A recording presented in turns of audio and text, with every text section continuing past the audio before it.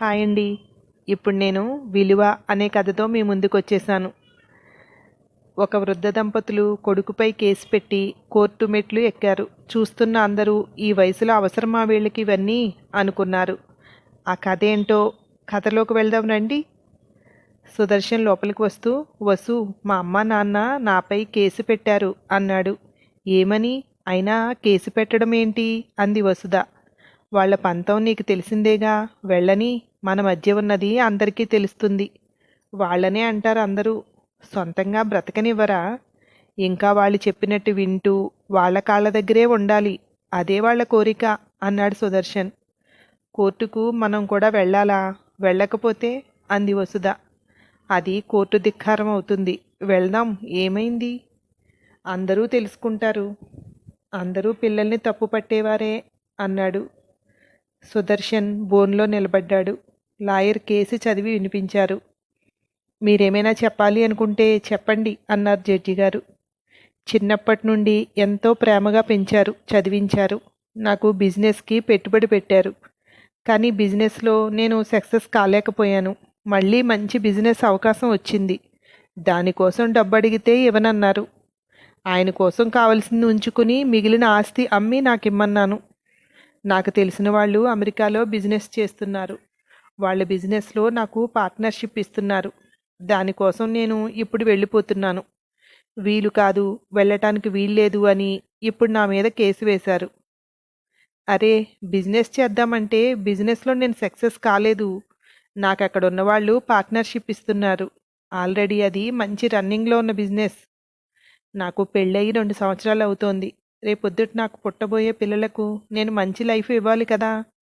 పిల్లలు అక్కడే పుట్టి అక్కడే పెరిగితే వాళ్ళకు ఒక లైఫ్ వస్తుంది. అందుకు నేను అడిగిందల్లా ఆయన ఆస్తిలో ఎంతో కొంత ఇమ్మని. ఉన్నది నేను ఒక్కడనే. వాళ్ళ అవసరాలకు సరిపడ ఉంచుకుని నాకు ఇమ్మంటున్నాను. మొత్తం ఇమ్మని లేదు.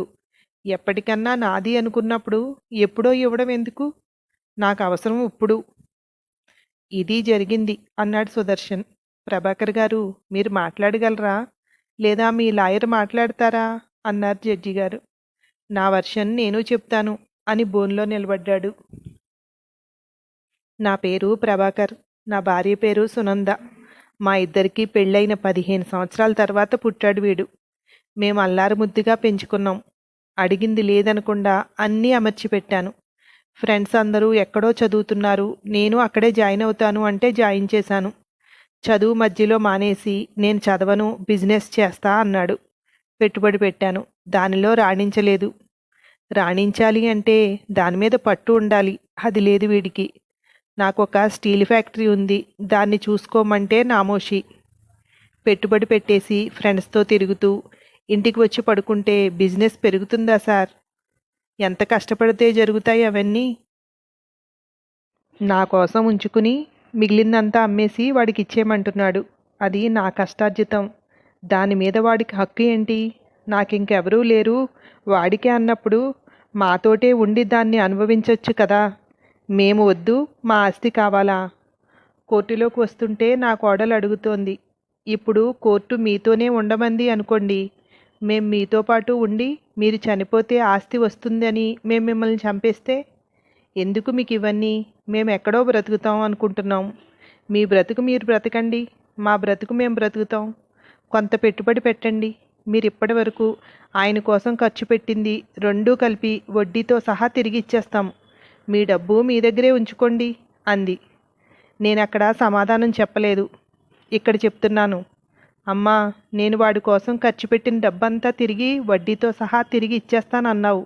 మంచిది. మేం చిన్నప్పటి నుండి ఇప్పటి వరకు వాడికి ఎంతో ప్రేమనిచ్చాం.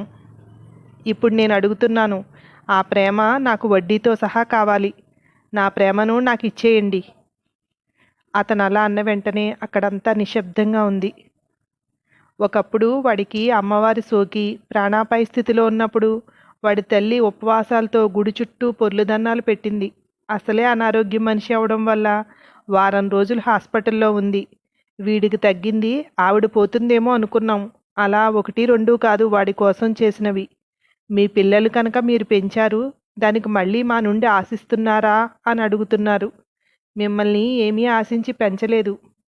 మా ప్రేమ కోసమే మేము పెంచుకున్నాం. కానీ మీరు మమ్మల్ని వ్యతిరేకిస్తుంటే మీ నుండి ప్రేమను ఆశిస్తున్నాం. నా కొడుకు కోడలికి చెప్పండి సార్. ఇప్పటి వరకు నా భార్య, నేను నా కొడుక్కిచ్చిన ప్రేమను వడ్డీతో సహా తిరిగి ఇచ్చేసి వాళ్ళు ఎక్కడికి వెళ్ళినా మాకు అభ్యంతరం లేదు. లేదు మాతో ఉంటాము అంటే మీరు విషం పెట్టి చంపినా మాకు అభ్యంతరం లేదు. మా కొడుకు చేతిలో పోవడం అదృష్టంగా భావిస్తాము. ఇప్పుడే ఈ లెటర్ని కోర్టుకి సబ్మిట్ చేస్తున్నాను అని లాయర్కి ఇచ్చాడు. అది జడ్జి చేతికి వెళ్ళింది.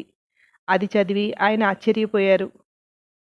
అది లాయర్ గారికి అందజేసి చదివి అందరికీ వినిపించండి అన్నారు. మా మరణాలకు మేమే బాధ్యులం. ఎవ్వరికీ దీంతో సంబంధం లేదు. మా అనంతరం మా ఆస్తులన్నిటికీ మా కొడుకే వారసుడు అని చదివాడు. అవునండి, నిజమే. మా మరణాలకు మేమే బాధ్యులం. ఒకవేళ వాళ్ళు మాకేదైనా విషయం ఇచ్చినా వాళ్లకు మా విలువ తెలియక ఇచ్చింది. అంటే మేము అక్కర్లేదనుకుని ఇచ్చింది. అందుకే అలా రాశాను. ఎవరైనా కానీ ఒక మాట వినండి. మీ పిల్లలకు వాళ్ళ పిల్లలకు సరిపడా మీరే సంపాదిస్తే పిల్లలు ఇలా బాధ్యతారహితంగానే తయారవుతారు. డబ్బు విలువ, మీ విలువ తెలియకుండా తయారవుతారు. వాళ్ళకి లోటు లేకుండా సంపాదించడంలో తప్పు లేదు. కానీ వాళ్ళు కూర్చుని తినేలా సంపాదించడం తప్పే అని నేను అంటాను.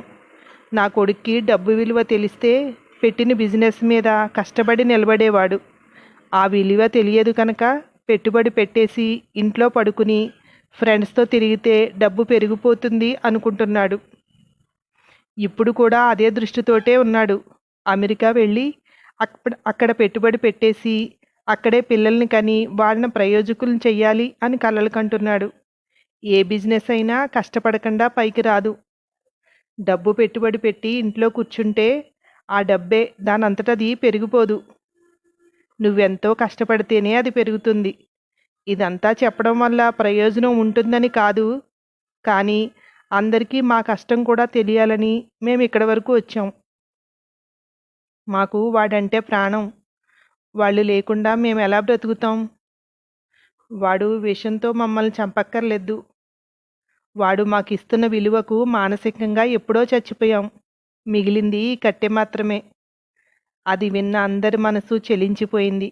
కొడుకు వచ్చి తండ్రి పాదాలు పట్టుకున్నాడు. నన్ను క్షమించి నాన్న, మీ ప్రేమను అర్థం చేసుకోలేకపోయాను అన్నాడు కన్నీళ్లతో.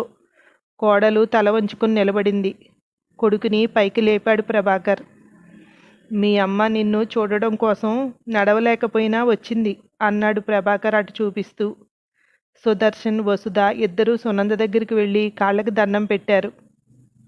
జడ్జి గారు మాట్లాడుతూ, ఈ కేసు లాయర్ల వాదనలతో పని లేకుండా ఎవరి అభిప్రాయం వారు చెప్పడంతోటే సాల్వ్ అయింది.